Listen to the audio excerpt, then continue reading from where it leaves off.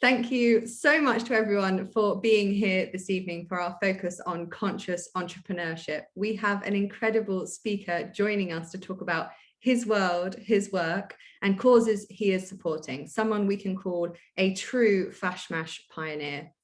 For those of you who have joined us before, you'll know that FashMash is all about shaping the future of fashion. And in tonight's instance, that extends to the beauty industry as well. Our aim as a business is to encourage dialogue and the sharing of ideas.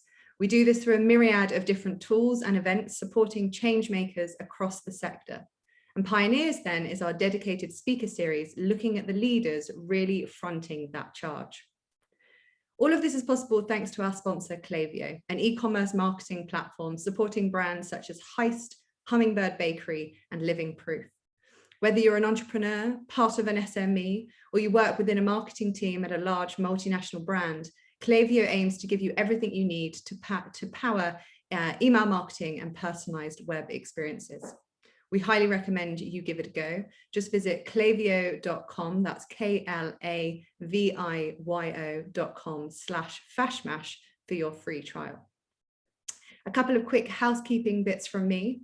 Firstly, we're currently running a survey to help us work out how best to ease into real life events, fingers crossed, post-lockdown or otherwise, and we love all of your feedback. It takes less than 2 minutes to answer. I'm going to share the link here in the chat once I finish doing this little introduction, and you can also find the link on our Instagram bio if you'd like to do it later. We would so appreciate all of your insight as people that have obviously been coming to our digital events.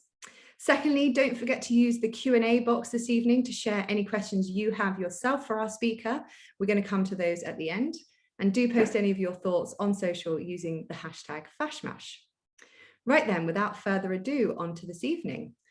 I'm going to assume that a lot of you on the line this evening have already been thinking about how to find the balance between people, planet, and profit, either within the corporation you work for, with your own startup, or perhaps with a side hustle that you're hoping will become your full-time world at some point. Either which way, Akash Mehta is someone you're going to learn a lot from tonight. Akash refers to himself as a conscious entrepreneur. He is the founder and CEO of Fable Mane, an Ayurvedic-inspired hair wellness brand. He's a board member of LVMH, a global guardian for UNICEF, and co-founder of the Fable Fund that is committed to wild tiger conservation with sustainable conservation action. We are supporting the fund through tonight's talk, so if you haven't made a donation already, please think about doing so by going back to the Eventbrite page for this evening. Donations are open until midnight tonight. Akash has previously worked at Burberry, Estee Lauder Companies and Dior, where he was the global digital manager. In 2019, he was also placed on the prestigious Forbes Under 30 list in media and marketing. We are so excited to have him with us this evening and can't wait to learn from his wisdom on entrepreneurship, conscious business, activism, and beyond. So please join me in welcoming him and my co-founder, Rosanna, to the stage. Thank you so much, Rachel. Hi, Rosanna. Hello, Akash. I am so thrilled to have you here this evening. I think, first of all, because you are our first pioneer from the beauty world, which is actually so important to FashMash. We're more than just fashion. And also because this is our first conversation around the topic of conservation, which is absolutely integral to sustainability, which is hugely important to us as founders and to our members. So can't wait to dig in. As Rachel demonstrated in her introduction, you really are a pioneer in every sense of the word, and your career is as impressive as it is fast-paced. And I don't want to focus on age, but for me it is particularly so because you are under 30. So yeah, can't wait to dig in. And before we get into the entrepreneurialism side of things, I just wanted to give everyone a bit of context. I think particularly because from a millennial perspective, your career journey is so fascinating. If we start with, well, first of all, let's just say you were in a role that many would see as a career goal. So you were global digital manager at Dior, and you had also recently been awarded Forbes 30 under 30. What was the catalyst for you to not rest on your laurels there and to actually decide to found your own business with your sister, Fable and Mane? Oh, thanks for the kind words. I think for me, it was really about understanding from the get-go. I didn't have a career path at Dior in mind. I didn't have a corporate journey in my mind. It was more of I knew from day one, it was a stepping stone until I wanted to become my own entrepreneur, mainly because I have visions beyond just creating a company. It's really the whole ecosystem, about making a real difference to the world. And when you work for someone, yes, you can do a lot of change, but really it's at the helm of your bosses, your CEO, the company. There's a lot more stakeholders involved that might not have the same values as you. And over time, I found there was definitely kind of barriers. I would do a lot of different, make a lot of difference, a lot of change. And then suddenly it was like, okay, you've done your part, you're a little piece of the puzzle, that's it. And I always wanted to do more. I was always a big believer of, the world is, honestly, you can do so much more than you think. And I also really didn't necessarily believe in some of the companies I worked with their integrity to their CSR.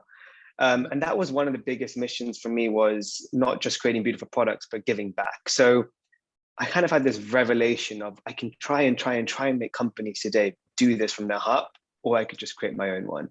And that's what we ended up doing with my sister. And there was a bit of a dual moment of doing both. And I think the minute I saw Fable and Mane, I spent a year working on Fable and Mane while I was in my full-time job. And I was very open to that to my CEO, and everyone knew I was working on both, not during office hours, outside office hours. I was working more on it. And I knew when was that moment where I was like, I had to leave. And it's actually a bit of a personal story. So my sister was in the car with me. She was crying. She was like, you need to quit. I can't do this without you. You need to focus and do it. And I said, okay, I go tomorrow. I go back to the office and I quit. And that was it. So. Wow. And do you think it's important for entrepreneurs to gain experience at big corporates like you did? 100%. I think I would say one of the best things about being in the corporate world, especially at a younger age in your career, is it's a best playing ground. You can really use the corporate experience and their budgets and their teams to really catalyze your own visions and your own ideas. And I was always saying, when I was in the corporate world, I wasn't an employee, I was we call like an entrepreneur. I was an entrepreneur within an organization. And everything I did, my job at Dior wasn't even a job. I didn't have a title really when I started. I built things that wasn't there before. And that was the thing. My CEO actually hired me more about like what I could potentially bring, but I had no job description and I had no interview. I didn't even apply to a job. I went to meet the CEO and he was like, I was at Estée Lauder Companies at the time, and he was like, I think you can work for us. We can find something for you to do. And that was an amazing feeling to know that the leadership were of that mindset. Wasn't that kind of black box of like, okay, you're here to do a specific thing and a specific target. And that's actually why I spent quite a few years there, over nearly 3 years, and I loved my experience. But then over time, I started becoming more of an employee and more of a boxed approach. And that's what made me feel, okay, gotta leave. I'm no longer an entrepreneur. I'm more of an employee, and I had to leave. I had no idea that you were approached in that way. I think that's fascinating. I think you're too modest to say it, but one of the things that I am so impressed by as a linguist with you is that you moved to France with, I think you'd done AO French and just picked it up in the office because you knew you had to. So impressive.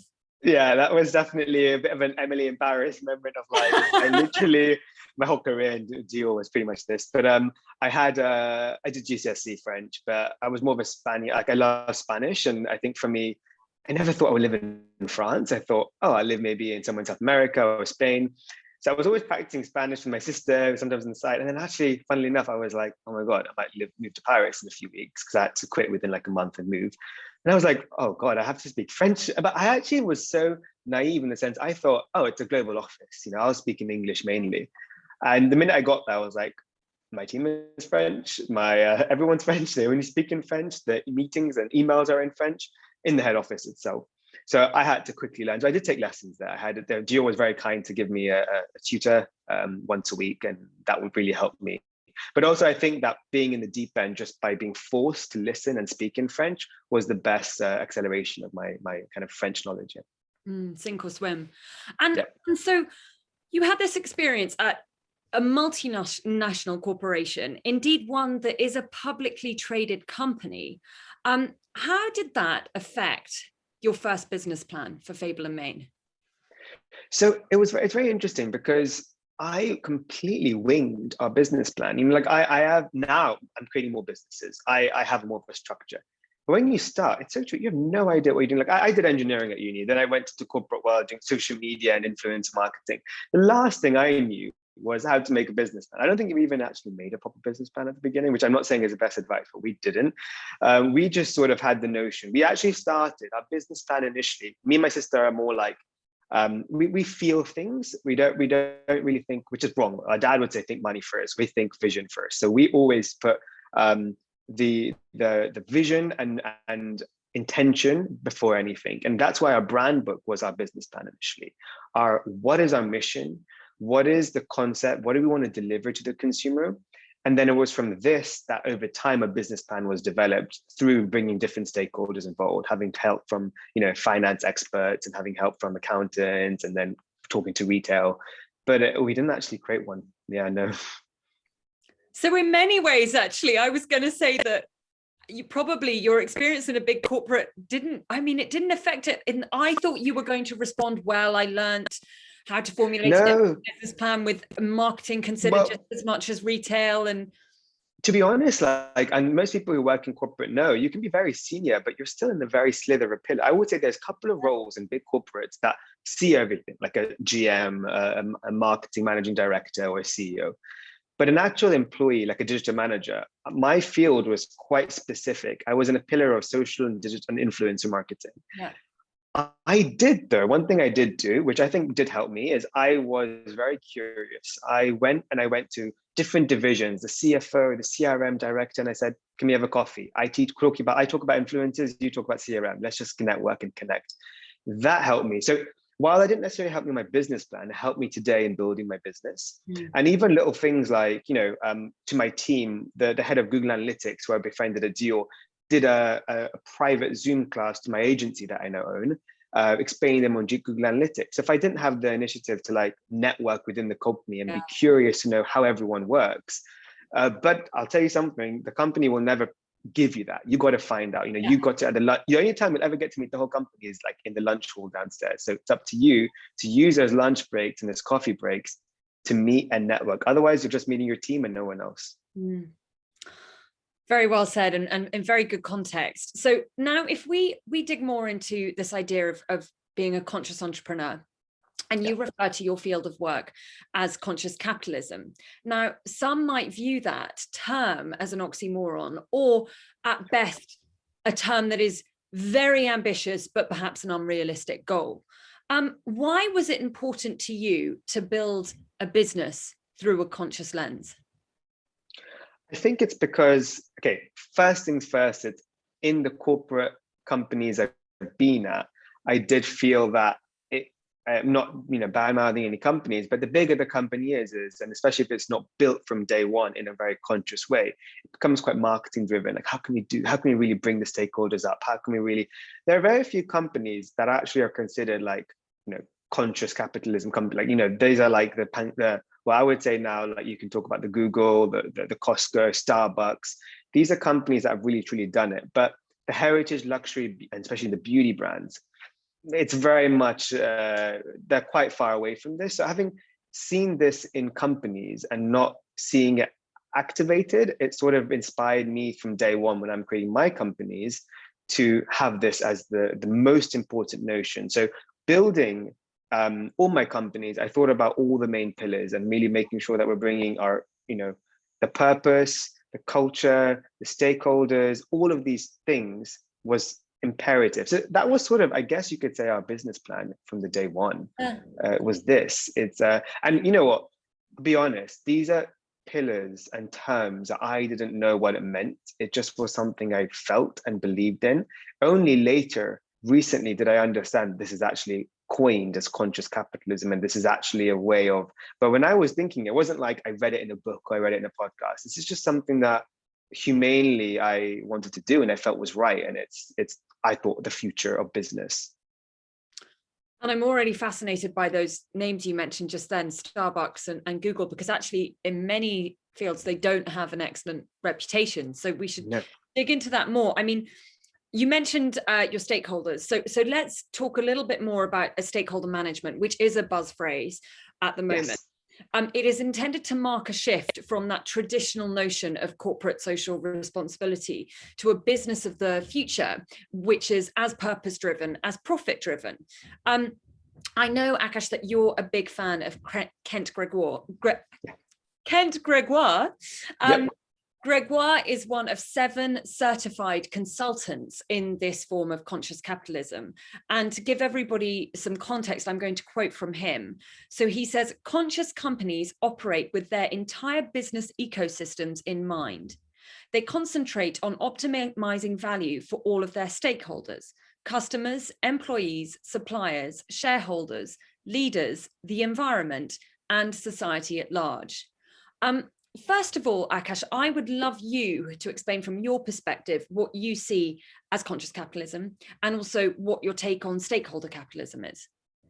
Definitely. So after reading about it since my first encounter with Kent Gregoire, who actually I met, so this is going to be quite funny because I'm speaking so avidly about it, and I've been quoted in conscious capitalism things in Forbes, but I've only really learnt the term about a few months ago. Yeah. So I met Kent. I knew the notion of it. I've been reading it since a while, but I didn't know really what it really was in the reality of the world. I met Kent on a Clubhouse, and he was talking about it. I was just listening in, and I raised my hand and I spoke about it, about my company. And he was like, this is conscious capitalism. This is everything you're doing is this. We then had a Zoom call offline. We really connected, and he's the one who asked me to be quoted in the Forbes articles and everything. And I learned a lot more from him, sort of like a conscious capitalism mentor in a way. What it is basically, it's really about thinking in capitalism and business, how are we really putting the human journey first, and how are we bettering the world today? So understanding that the business today, or any business, any service, can make a far better and larger positive impact on the world than we believe. And I think this is what it is at the heart of the core. So it's usually classified in there's 4 kind of pillars, which is purpose, culture, stakeholders, and leadership. And going to, let's first discuss the first point, which is stakeholder management. Very simple. This is everything that interacts with your business, usually people, in forms of the first common one is your employees. How are you bringing them on that journey, building that ecosystem to uplift them as your brand grows, as you grow, to really connect with them and make them feel part of the family, the whole environment. And also when you're hiring them, are they fitting the core values of the company? Little thing could be like, if you are a vegan company and you want to promote veganism, something like, are you also hiring people who have similar beliefs? Things like this is a very simple example. But also things from your customers, your vendors, your investors, your communities that you've created, even the influencers you work with, these are all your stakeholders. So this is how I kind of spider diagram this in everything I do, and even every decision, to make sure that this is something is managed effectively to bring to that conscious capitalism world. Yeah. That gives me a lot more context now of it. And I suppose the next facet that I see to this is you are obviously, because it's actually integral to what you're doing, you are managing and balancing people, planet, and profit in your work at Fable Mane. But you have big stockists in the form of Sephora and Boots, just to name a couple. When they learn about your ethos, do they see it purely through a marketing and PR lens, or are they now developing that side of things and getting behind you as a brand because you have that ethos? Definitely. I mean, I think Sephora, I would say, as a retailer, is miles ahead of most retailers. So we knew from the beginning that we would be more on learning from them as a retailer, because they've been doing this for a long time. I think they live and breathe conscious capitalism in the beauty world since a long time, whereas the other retailers, not to name them, are a little bit further behind, mainly because maybe their customers or their teams haven't propelled it enough in the company. However, it doesn't stop you from not working with them, because you also have a responsibility as a business to encourage and instill that change. I think that's also important. So with Sephora, just to give you like an anecdote, they have many different angles where they think about the purpose, the culture, bringing awareness to all these elements. For us as a brand, we're working on, which is really exciting. You know, they know we have a mission as Fable and Mane to give back to tigers and wildlife conservation. And we have open discussions with the marketing team regularly to say, how can we further this impact? And they ask us, not even we sometimes, how can we further the impact?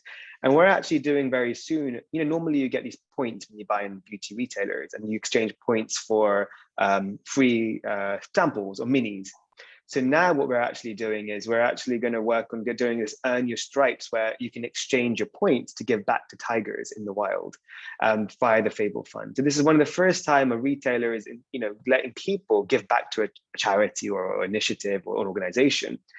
And the fact that they're so willing to do this is amazing. But then, you know, fast forward to now our conversation with Boots, we had just a meeting recently with them and we told them about this. And they're saying, interesting, maybe we can do this. And then we did the same with Douglas. And Douglas is saying, maybe we can do a live stream where we bring awareness. So sometimes it takes one to kind of catapult, you know, the rest. But I think it's really moving. I think companies, retailers, and, you know, smaller and bigger organizations are knowing that the consumer is demanding this now. They want that transparency. They want more authenticity in brands, and they will support those that do such initiatives.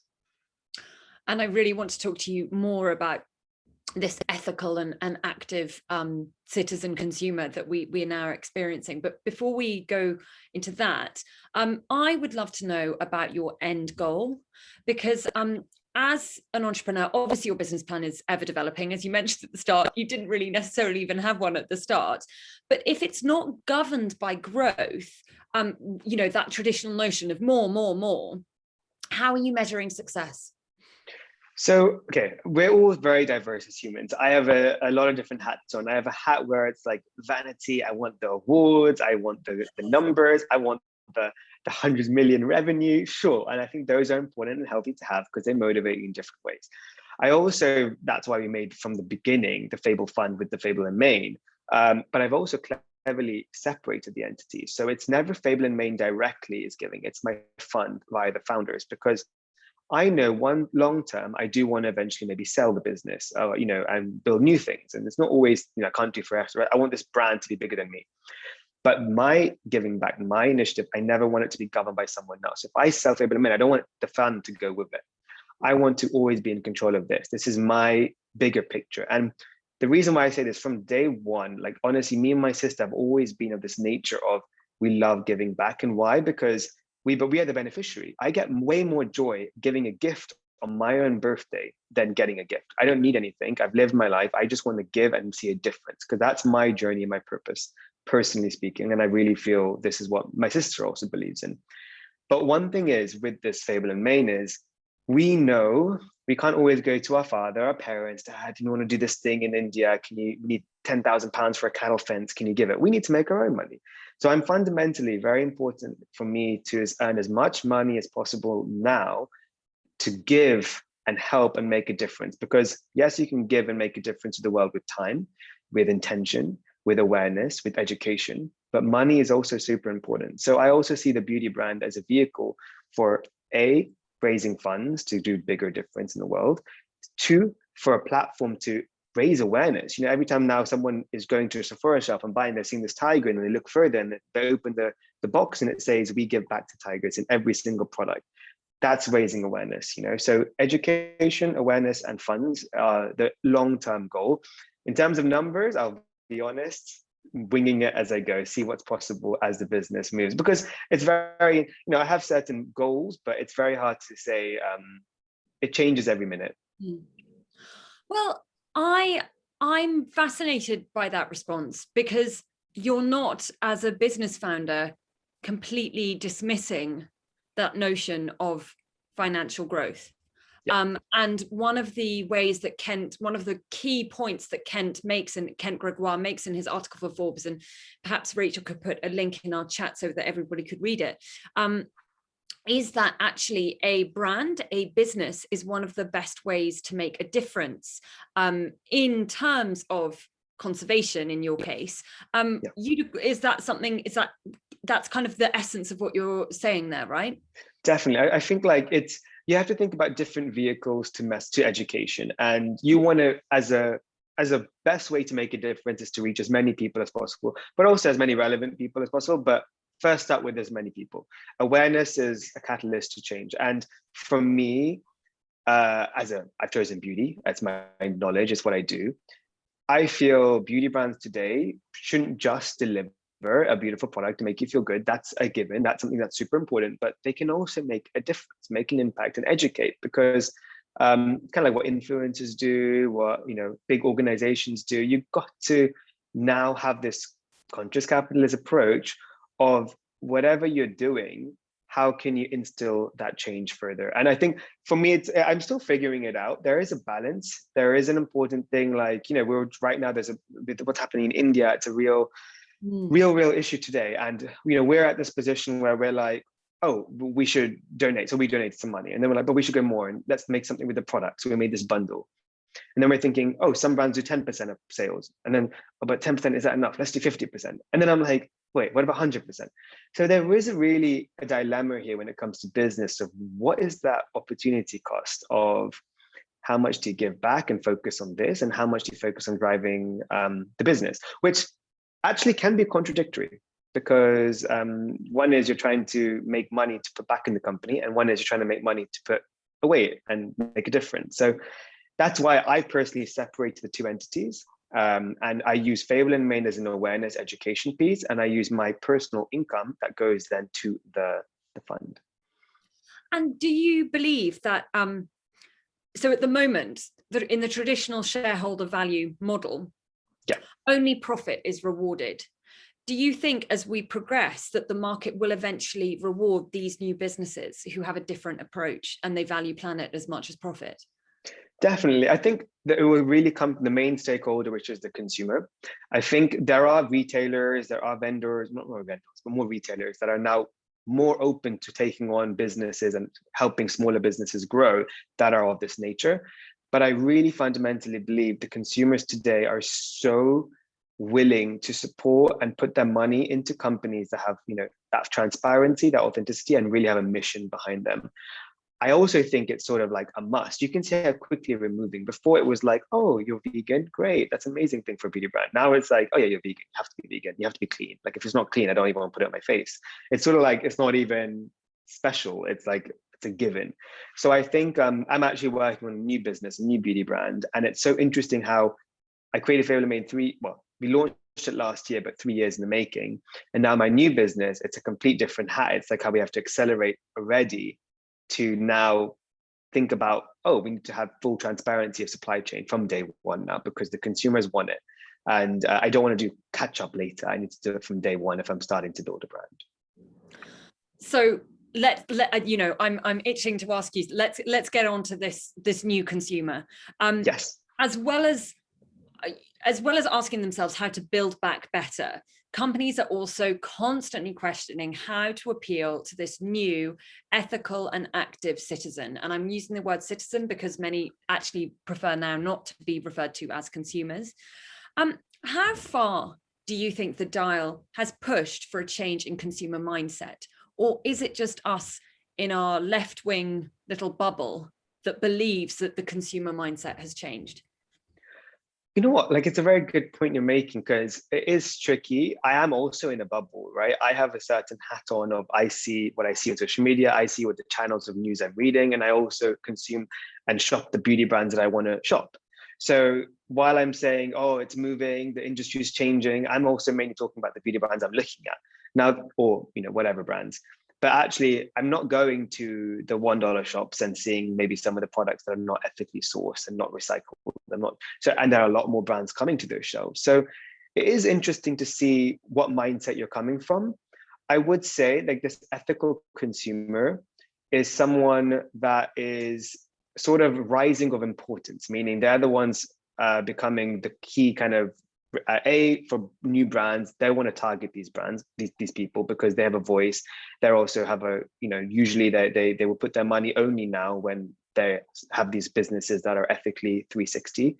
And I think also by having more of these consumers, it's the best push and encouragement for a brand to be on top of things and as good as they can be. It's a journey, even for a brand. You have to decide. Like, my friend recently just launched a new product yesterday, and when she was explaining the product, she was like, we did this, Oh, and it's also biodegradable, guys. It's not perfect, but one step in the right direction. I think that is the right that's a mentality to have, because it is literally about, this is a team of 5.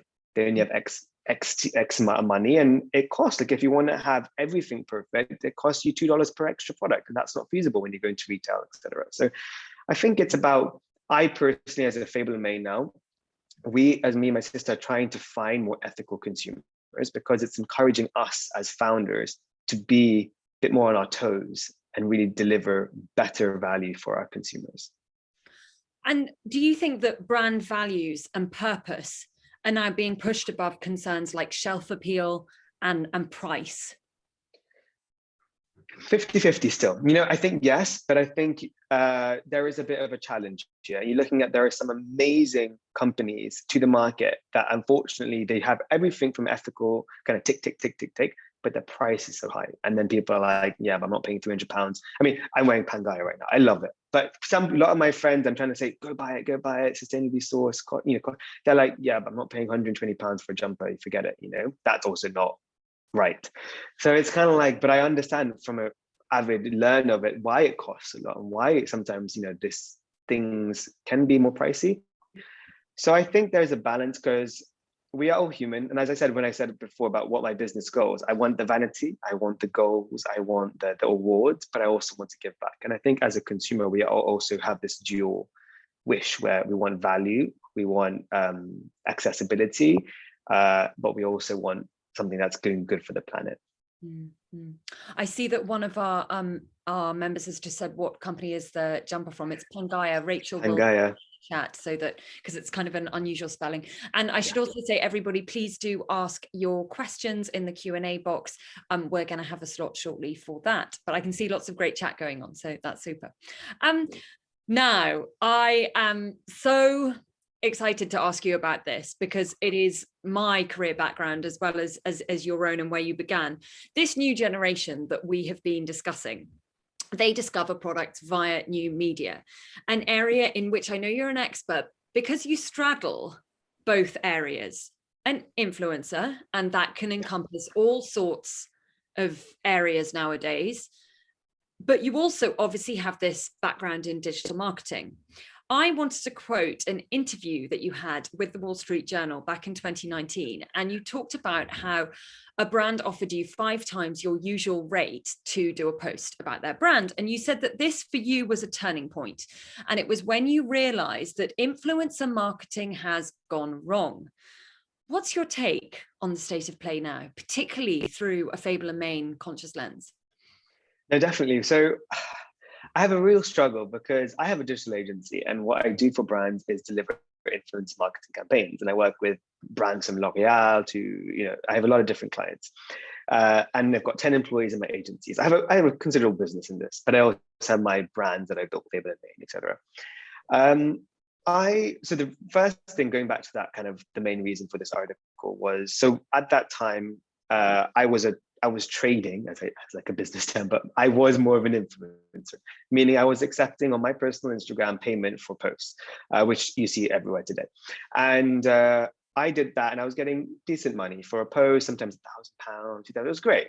And still working with brands I love, so Deliveroo, brands I would really support and use. Yeah. I was never really selling that out.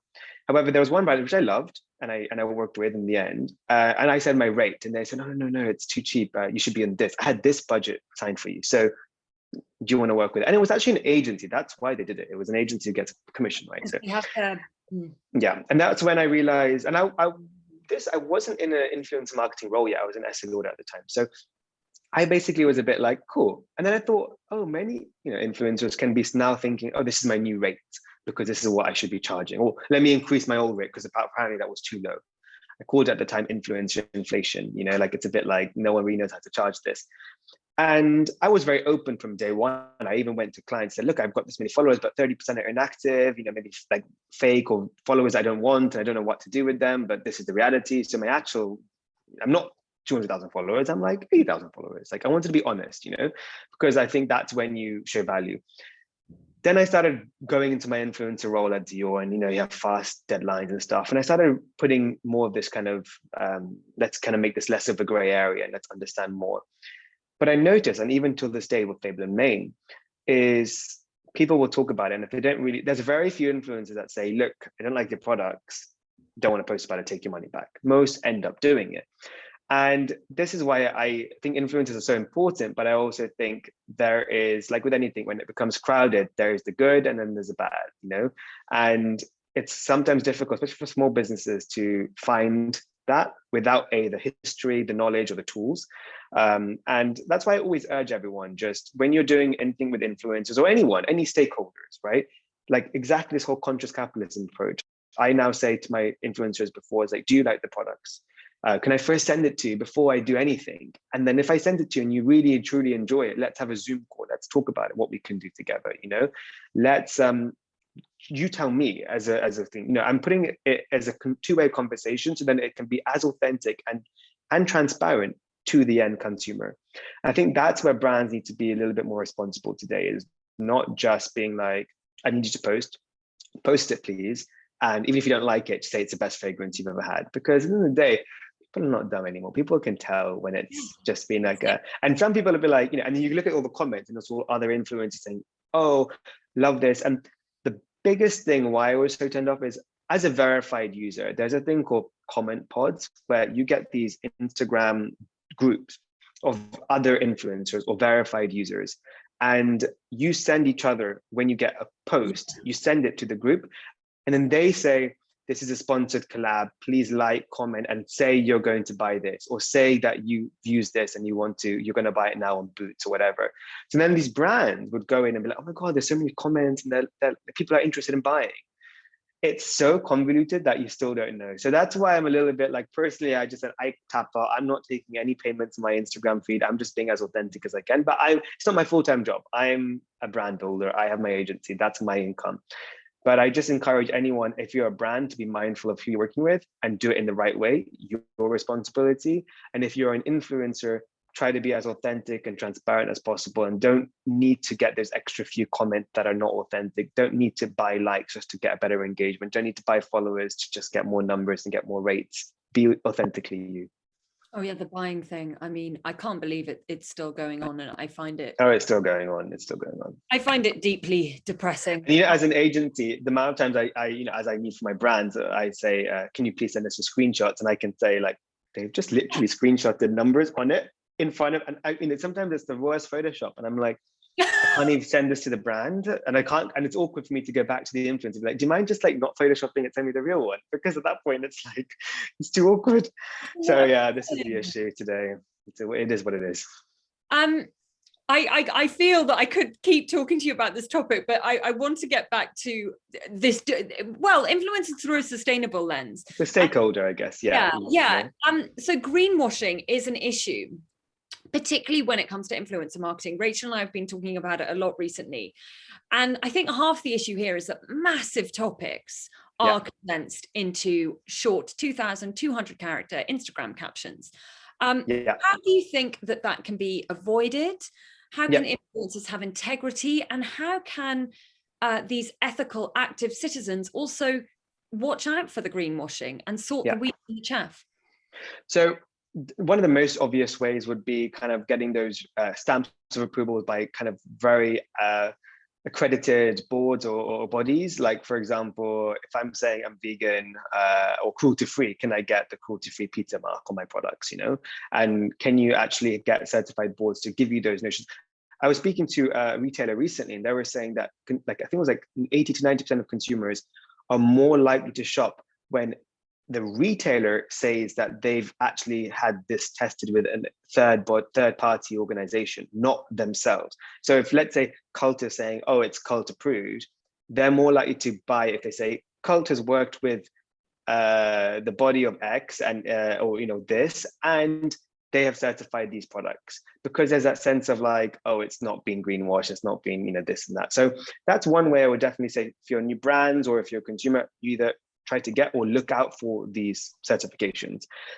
For you to be transparent, you know, to know, like, it does take time sometimes for these brands to get them. It can cost money to get them. So it's not easy from day one, but encouraging them to do that encourages them to, it shows that it's not just a word, you know, said, because at the end of the day, it could just be someone making it up. Second, I think, is asking the right questions, or furthering those comments. So if someone's saying, even as me, I say sometimes, because I can't have that many space in my caption, we're giving back to India. I love when people say, how are you giving back? What exactly are you doing? Where is it going? And then I have the answers for them. I'm not going to put it all in there, but I have the answers. And that's why recently I first did a post on Fable Mane about we're giving back, we're committed. And then I did another post saying, okay, we gave $10,000. Here's actual photos on the ground of what we're doing. Here's the organization it's going to. I've worked with them in the past. That's my transparent part. So I love when people challenge, and I love when people ask those questions, but I guess some brands might not if they're hiding it. So you can find them out this way. And when we come to this idea of, that person who's so driven to ask those questions and challenge the brand, I think a big thing when it comes to conservation is that it can feel sometimes like the consumer doesn't know. They often worry that their donations might not be being used reputably. They might be not reaching the source. What would your advice be to both brands and citizens looking to give back, looking to get into conservation? Always confusing conversation. And then also, on a personal note, how do you stay driven? Because I think a lot of us, when trying to combat the climate crisis, can sometimes just find it overwhelming and you don't know where to begin. No, definitely. I think if you're a brand, number one is don't assume or don't wait for the consumer to ask. Have a timeline where you are constantly showing. So, just to give an example, let's say you're raising awareness for something. You would say, well, first, this is the mission. Okay, here's what we've raised. Okay, here's where it's starting to go. Here's a first motion, and bring people on that journey until its very end. And then it kind of is never really ending because it's a 360. Then it'll be like, let's do more and let's do more and let's go outwards. So I think you've got to have a plan to showcase and not wait to be asked as a brand, personally.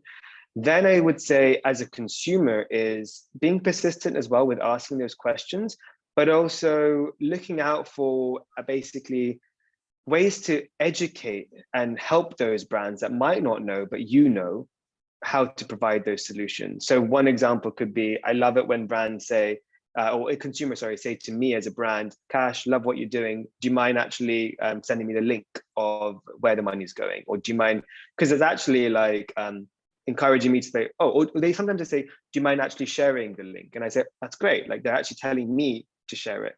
But I think the brand has to start first, because I wouldn't say the consumer's job is to more consume and the brand's job is to more deliver. Mm-hmm. And there, I look at me. I'm completely sorry. There's so much to think about. I've lost all words. There's a lot. Yeah. There is another question I want to ask you, but I have actually just seen the time. So I am going to just ask you one question, which is where we always finish our FashMash Pioneers interviews. It is the notion of hope. FashMash, at the start of the pandemic last year, we launched a campaign, FashMash Hope, and it is asking all of our pioneers for their hope for the industry. So Akash, a positive note on which to end. What is your hope for the industry? I really hope that the industry, especially the industry that I'm in, really is truly actioning the inclusivity that they're talking about and the diversity they're talking about. So really making sure that if you're saying we're inclusive of age and gender and sexuality and ethnicity, that they really speak the talk. And that starts with really having the stakeholder management, who you're working with, the influencers, your team, and your suppliers, making sure that you are doing that. So action always speaks louder than words, and I hope that everyone, big and small, will catalyze this change. I love that. That's very quotable, so thank you. Right, I am going to welcome Rachel back. We have a lot of questions that have come in, and then I'm going to quiz you at the very end with a quick fire, so get ready for that. Ready. We really do. Thank you so much, Akash, for that. It was so interesting. We've had so many questions in because we've also had some that have come in advance. So I'm going to hop a little bit around. So we've got some in the Q&A, some in the chat, and I've got some on my iPad. So bear with me. I'm going to start actually with one from Nikki Trott. So she says, thanks for a great talk. I help conscious entrepreneurs create profit with purpose hand in hand. Very aligned with everything you're discussing. I find that we all have different pillars that are most important to us as we build conscious businesses, always based on a purpose greater than yourself. But I'd love to know, what are the essential pillars that make a business conscious to you? It's a very good question. I think it's really, for me, it's the whole thing of the culture, the purpose, the stakeholder, and the leadership. So really those 4 marketing pillars that I've read about, but it is simply those. I think from a leadership perspective, I want to make sure I'm being as authentic and true to my team and to my mission. But my most important, and we've said it many times during this talk, is the stakeholders. For me, I would be nothing without my team. And that whole mindful approach to growing my team consciously is super important to me. Amazing. Thank you. Okay, we have one from Daya who says, thank you, Akash. This has been an amazing talk. Your background from uni is STEM. How did you discover your passion in a completely different field? Yeah, so I studied electrical electronic engineering at Imperial and did it for 4 years, mainly because I was very good at math and physics growing up, and it was just like, oh, okay, let's do math and physics at university. And then actually, funnily enough, I didn't realize I was an entrepreneur or into digital until during my career at university. I failed a year, my second year, which at that time was like coming from a point where I used to be like 95% only, otherwise I'd be upset in school. I was that nerd. But to fail a year for me was a big blow, and I was crying every day. And I was like, why am I like this? And I realized it's because I'm on a path that I thought was for me, but it's not for me. It doesn't make me happy. So I went to work at Burberry in digital marketing for 6 months as an intern. And then I said, cool, finish my degree. Let's get that piece of paper, finish it, because I put my mind to it. And then I completely go in the direction that makes me happy. And if I love what I'm doing, I'll have success in it. So that's pretty much where I started my career in digital and beauty. And beauty because my dad has been in the beauty industry for 40 years. So subconsciously, I've been growing around with beauty in my blood. Oh, how interesting. And I love that story of learning from failure. I think so many great things to come from that. Okay, I am going to hop around a little bit, but this actually follows quite nicely from your experience, obviously, in the corporations that then followed after that. What advice do you have for someone on how to become an entrepreneur? I know that is a phrase FashMash we do often refers to, and I would love to hear more about how to become recognized as one internally. So number one, remember, no one will make you an entrepreneur but yourself, because companies are threatened by people doing more and will get, people really don't want you to grow as much as themselves. So that's number one. So it doesn't come to you, you have to make it. How I've done it, and I can only speak from my personal experiences, I forged this opportunity. So I showed value to the leadership. I kind of even sometimes skipped levels of bosses and didn't really care. And I went to my GM first and my CEO, and I was like, can I just speak to you one week? And I presented something. Then he's like, come back next week. This is interesting. And then I tried to make sure I could do this. And I ended up at Dior having weekly meetings at 7 a.m. with my GM. She would come early to the office, and I would always show what I've done. And then I would always end with something I want to do differently at Dior. 90% of it was like, love it, let's think about it. Oh, it's Dior, we can't do that yet. But then 10% would happen, and that's how I would make the difference. And obviously, when you go to someone very senior and you've earned their respect, you can catalyze that change a lot quicker and become an entrepreneur. So make your relationships with leadership team by showing your value first and growing step by step. Try to get regular weekly meetings with those people, and do work. Always come prepared. I used to come with presentations to all those meetings printed out at 7 a.m. Sometimes we didn't open it. Sometimes we went through it page by page. And that's my best advice. And don't care. You'll get bullied. You'll get people. I have people come to me saying you're annoying. People saying you should change your signature. You're not a manager. You're 21. I've had the worst things at me. I've cried so many times, but I've pursued that path because I'm like, I'm on a mission bigger than me. It's to make Dior a better place. Yeah, love that. And I love that idea of just simply taking the initiative. It sounds like just to think bigger. Okay, you have 4 businesses. How do you manage your time to effectively run them? That one came from Rahul in advance. Thank you, Rahul. Oh, thanks, Rahul. Honestly, I wish I knew the answer to that, because I sometimes feel I'm on it some days, and sometimes I'm like, help me. The interesting thing is, 2 of these businesses are yet to be launched. So I have my agency and I've got Fable Mane, but another one is a new brand, another one I'll talk about a bit later when it's out. But this is hard because I've got stuff running and growing. I've got stuff that's yet to be launched but needs a lot of time. Definitely my team. relying, and delegation is super important. And sometimes you've got to like, pay a lot on payroll, but you need the team with you on that journey.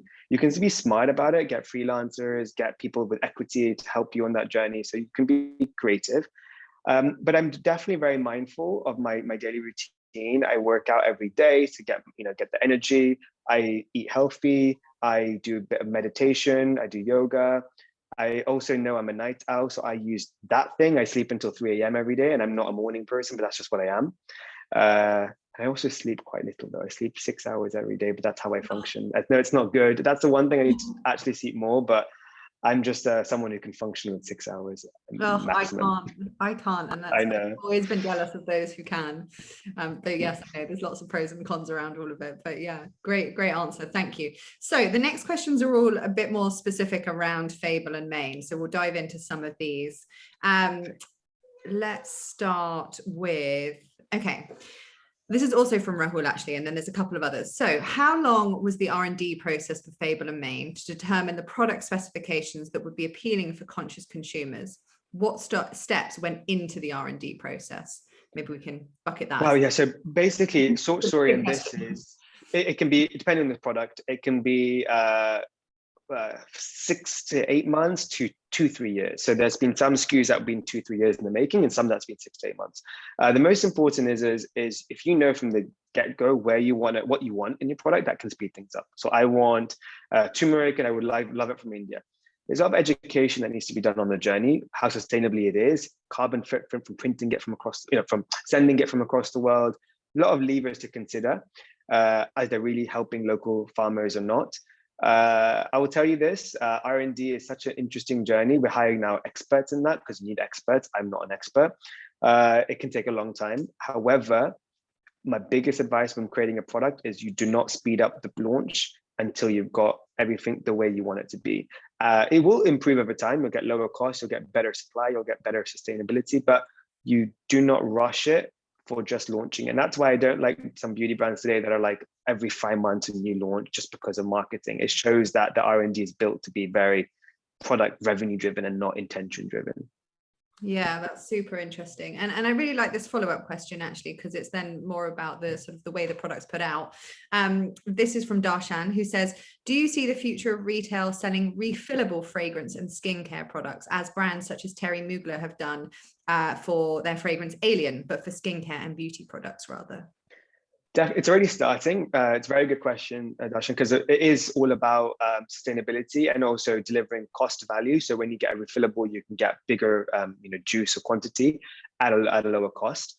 One thing I would say, it's more of an e-retail thing right now because of warehouse and distribution, less of an in-store thing. Obviously, COVID and pandemic, but also with shelf space, and this is the difficulty. So we're anyway going to a more digital world. Maybe we'll get stores with just experience centers, and then you buy online, it delivers to your home the next day. We don't know. So it's moving, but more online than in store. Amazing. And can you shed some light on making your supply chain more sustainable, specifically when it's mass production? That comes from Pratik. Yes, the best way, first thing is getting the right person to manage this. So that sounds odd, but it's actually getting the expert in your company, because if you're not an expert, it's going to be very hard to do it. So that's number one. And so hiring a manager in this. But I think also it's really about visiting sites if you can, and you're fortunate enough, go to India, see the factory, or go to Texas and visit the lab. And then you'll get a feel of everything. I think today we rely on emails, and mistakes happen, and things get hidden. And actually, I've been to so many labs that on paper looked amazing. When you visit there, you're like, I actually felt like this would be like I would feel uncomfortable working here. I don't want to support an organization that treats employees like this. So very important to do this, to visit and vet yourself with your own 2 eyes, if you can. And Eva wants to know, what is the future for Fable and Mane? Honestly, more hair care products, also expanding into wellness, because we're a hair wellness brand. So we have a lot of new launches coming. I think it's also about just being a catalyst of hopefully inspiring other beauty brands, of whether it's Asian founded, sibling founded, or purpose driven, that give back and open them to the door. We're the first ever sibling founded brand at Sephora. We're the first ever Indian hair care brand at Sephora. We're the first ever, one of the few wildlife focused beauty brands. So hopefully we're opening up a door to many people out there. But also it's really to just, as much as we can, really, really help these tigers. That's our mission. No, that's amazing. Okay, one final question. I think we have actually managed to get through them all, which is amazing. This is the most we've ever had. So thank you so much, everyone. One final one from Nikki again. She says, how did you secure a board position at LVMH at such a young age? Honestly, it was, this one is more, my dad had this brand, and he's always been, this is where I've learned this giving back. He's always done everything to help his children or help his whoever is around him, his team. So he owned a brand called, he owned a fragrance brand called Patu, and then we decided to join forces with LVMH. Interestingly, initially it was meant to be something with Pangai, and then we didn't at the time, and now I regret that. But it was, Patu was all about sustainability. It was one of the first luxury fashion houses to have sustainability in the front. So we now, when we merged forces with LVMH, we're now board members, and me and my sister, we made sure that it's no leather, no fur, ethically sourced, full transparency. You've got QR codes on all the fashion items. You can see the supply side. So this is something that we're really glad to partner with LVMH that can help us pioneer that. So yeah, that's the reality of it. Yeah, no, that's amazing. Thank you for being so open about that. And thank you for an incredible talk, but also for flying through so many questions there at the end. That was really rapid, but fantastic, because you shared so much further insight. A very quick note before I hand back to Rosanna to close us out, just to say, thank you to everyone for being here. Thank you for engaging with such incredible questions. Thank you also to our sponsor, Klaviyo, once more. Stay tuned for news on our next speaker coming very soon.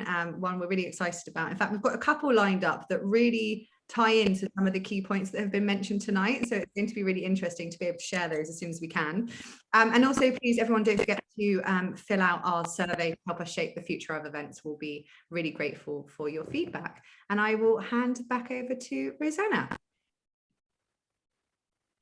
Okay, quick fire. And you were quick with those questions from the audience, so I'm expecting big.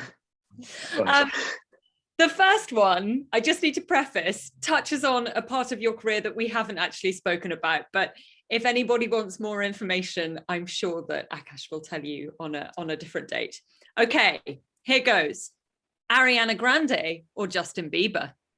Ariana Grande. Wash and go or hair mask ritual? Hair mask ritual.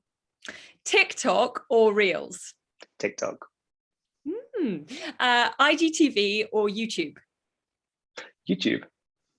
Yeah, going back to the beginning. And then my next one, profit or purpose? Purpose. 2021 or 2031? 2021, present. You steamed through those. People often really struggle with the indecision, and you smash them, no problem at all. Thank you so much. I really enjoyed speaking to you. Such a rewarding evening, and I can just tell from the amount of feedback we've got from everyone and all the questions that they really enjoyed it too. So massive thank you from all of us. No, thank you guys for everything you're doing. It's incredible. Huge fans of FashMash, and thank you, Rachel, Rosanna, for being amazing as always, and good friends as well. So thank you. Oh, thank you. We'll see you all soon. Bye. Everyone.